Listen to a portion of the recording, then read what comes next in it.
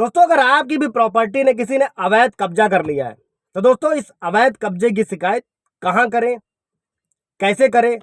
जिसने कब्जा आपकी जमीन या प्रॉपर्टी पर किया है उसको कानूनी प्रावधानों के तहत कैसे जेल भेजें। दोस्तों, आज हम लोग यही डिस्कस करेंगे।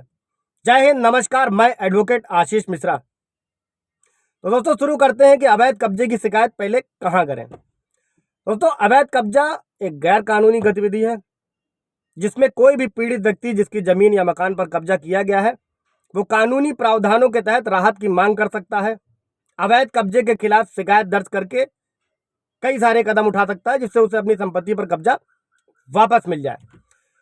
तो दोस्तों, अगर आपकी संपत्ति पर अवैध कब्जा हो गया है तो अवैध कब्जा छुड़वाना भी बहुत मुश्किल हो जाता है। आमतौर पर कहें तो अवैध कब्जे के संबंध में पुलिस प्रशासन द्वारा भी ये कहकर पल्ला अधिकतर पुलिस झाड़ लेती है कि ये मैटर सिविल प्रकृति का है, लिहाजा क्या करो, सिविल कोर्ट जाओ, मुकदमा करो, अपनी प्रॉपर्टी पर कब्जा लो। प्रॉपर्टी का वास्तविक स्वामी जो होता है वो इसीलिए मुसीबत में पड़ जाता है। अच्छा दोस्तों, अब शुरू करते हैं कि आपको शिकायत सबसे पहले करनी कहाँ है अवैध कब्जे की। तो दोस्तों, पुलिस अधीक्षक एसपी के पास आप शिकायत दर्ज करें। सबसे पहले आपको शहर के पुलिस अधीक्षक जो एसपी हैं उनके पास एक लिखित शिकायत दें जहां संपत्ति स्थित है। अपनी समस्या को उनको बताएं और पुलिस उस समस्या को स्वीकार करेगी, आपको सहायता प्रदान करेगी। अगर किसी वजह से एसपी शिकायत को स्वीकार करने में विफल रहता है तो आप संबंधित अदालत में मुकदमा दर्ज करा सकते हैं। इसके साथ ही दोस्तों आप पुलिस में एफआईआर दर्ज करें। एफआईआर में आपको क्या करना है कि आप भविष्य के संदर्भ के लिए एफआईआर की एक कॉपी सुरक्षित रखें। आईपीसी धारा 145 के तहत कार्रवाई करने के लिए पुलिस बाध्य होगी और अवैध कब्जे को हटाने की प्रक्रिया करेगी एफआईआर के बाद। अच्छा दोस्तों, एक और बहुत ही बढ़िया विशिष्ट राहत अधिनियम है, स्पेसिफिक रिलीफ एक्ट 5 और 6 के तहत भी आप राहत की मांग कर सकते हैं। विशिष्ट राहत अधिनियम की धारा 5 और 6 के तहत व्यक्ति विशिष्ट राहत अधिनियम धारा 5 और 6 के तहत जिसकी भी संपत्ति पर कब्जा किया गया है तो उसको बेदखल करने के लिए वो इस धाराओं के अंतर्गत राहत की मांग कर सकता है, अपने सारे सबूत पेश करके अपना अधिकार वापस पा सकता है। और अगर इस प्रक्रिया में सबूत पर्याप्त मिलते हैं कोर्ट को तो कोर्ट आपको वो प्रॉपर्टी वापस दिला देगा। अच्छा दोस्तों, अब इसमें सबसे पहली बात क्या है कि अब अवैध कब्जे के खिलाफ शिकायत, जैसे कि अगर किसी को सबक सिखाना है जिसने आपकी प्रॉपर्टी पर कब्जा किया है तो आप दंड प्रक्रिया की संहिता की किन किन धाराओं में उसके खिलाफ मुकदमा दर्ज करा सकते हैं ताकि उसे जेल भी जाना पड़े और मुआवजा भी भरना पड़े आपकी प्रॉपर्टी पर कब्जा करने के एवज में, जो कि अवैध है। तो दोस्तों, सबसे पहला तो है मुकदमा दर्ज कराएं जिसने आपकी संपत्ति पर अवैध कब्जा किया है। धारा 441 क्रिमिनल ट्रेसपास। दोस्तों, भारतीय दंड संहिता में क्रिमिनल ट्रेसपास को परिभाषित किया गया है। इस धारा के अंतर्गत होता क्या है, यदि कोई व्यक्ति किसी अन्य की प्रॉपर्टी में प्रवेश करता है, जैसे आपका दुकान, मकान, घर है, उसमें कोई प्रवेश करता है तो वो क्रिमिनल ट्रेसपास का अपराधी कहलाएगा। साथ ही इस धारा में किसी भी ऐसे व्यक्ति को जो धमकाया है, अपमान करता है या परेशान करता है तो उसे भी क्रिमिनल ट्रेसपास के अंतर्गत रखा जाएगा। अच्छा दोस्तों, तो अब दूसरी धारा है धारा 442 आईपीसी, घर का ट्रेसपास।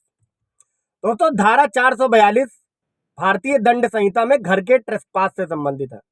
दोस्तों, इस धारा के अंतर्गत जो व्यक्ति किसी के भी घर में प्रवेश करके या उसमें आपराधिक अत्याचार करता है उसे हाउस ट्रेसपास कहा जाता है। इसमें भी जो भी अपराधी होगा उसको सजा का सामना करना पड़ेगा। दोस्तों, तीसरी धारा है धारा 425 बदमाशी। जिसने भी आपकी प्रॉपर्टी या जमीन पर अवैध कब्जा किया है उसमें आप धारा 425 के तहत भी मुकदमा दर्ज करा सकते हैं।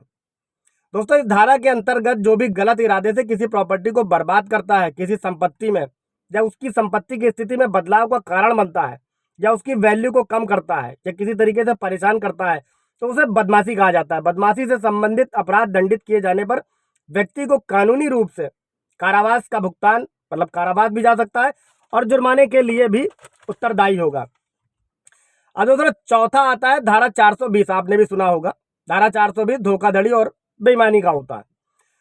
दोस्तों, जब भी कोई किसी प्रॉपर्टी में किसी धोखे से, क्षति से उसको हथियाने का प्रयास करता है, इस धारा के अंतर्गत इसको ऐसे समझिएगा कि कोई व्यक्ति है, और वो धोखा देना चाहता है, धोखे से आपकी प्रॉपर्टी को जो है किसी भी तरीके से अंगूठा लगवा के या कागज बदल के या झूठा हस्ताक्षर करा के मोहर लगा के उस प्रॉपर्टी में किसी तरीके से धोखाधड़ी करके अगर आपको वो प्रॉपर्टी आपसे ले लेता है, तो इस अवधि इस केस में भी उसे कारावास से दंडित किया जाएगा, जिसे 7 साल तक बढ़ाया जा सकता है और साथ में ही वो जुर्माने के लिए भी उत्तरदायी होगा।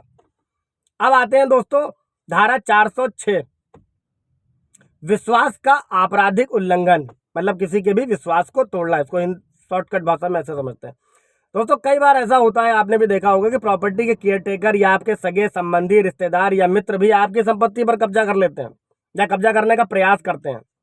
ऐसे में आप आईपीसी की धारा 406 एक मकान मालिक को अधिकार देती है कि वह अपने नजदीकी पुलिस थाने में शिकायत दर्ज कराए अगर कोई उसका विश्वास पात्र ही उसकी प्रॉपर्टी हथियाने की कोशिश कर रहा है। तो दोस्तों इस धारा में भी कहा गया है कि जो कोई भी विश्वास का आपराधिक उल्लंघन करेगा उसे 3 साल की कैद या जुर्माना या दोनों से दंडित किया जाएगा।